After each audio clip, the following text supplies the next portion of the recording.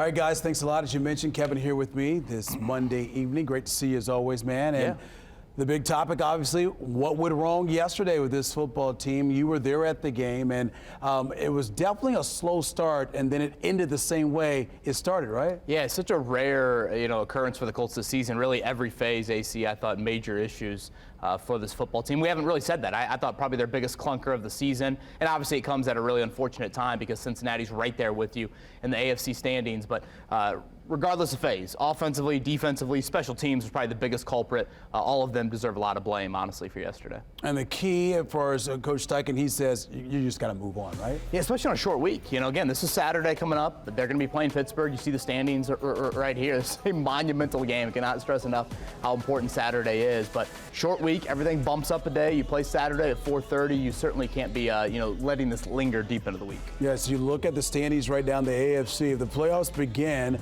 today, the Colts would be in, believe it or not. The team that they're battling with at number 6 there, the Steelers, come to town. Lucas Oil Stadium coming up on Saturday. And then look at all those 7-6 teams right behind them. There's really no room for error here. You got to take care of business. That brings me to my next point here.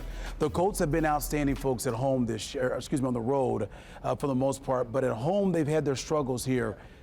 Steelers come to town on on Saturday.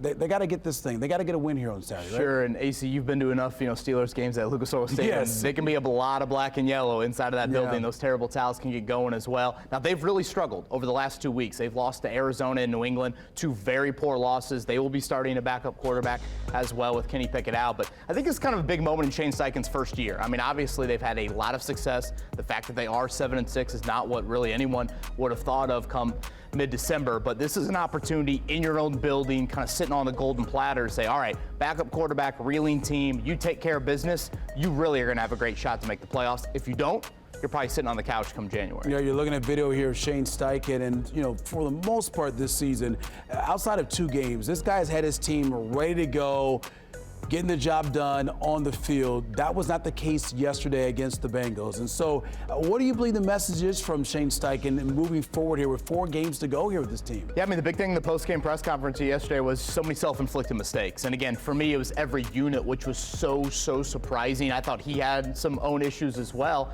And we haven't seen that. If you look at the 5 other losses this season, it hasn't been a blowout like this. And I thought what also stood out to me from yesterday, 14 all at halftime. You felt like you had some momentum going into half. They come out, Cincinnati drives right down the field for a very easy touchdown. They outscore you 20-0 in the second half. And again, Cincinnati was on a short week with the backup quarterback. So now the big question, was that an anomaly, or is this now a trend now that the competition kind of increases here down the stretch? Okay, so I said yesterday on the air on Wish TV that I feel like it is a must-win situation for the Colts on Saturday. Do you agree with that? What's your take? Yeah, if you look at some of the analytics sites out there, it's about a 40% difference in a win on Saturday for your playoff odds versus a loss.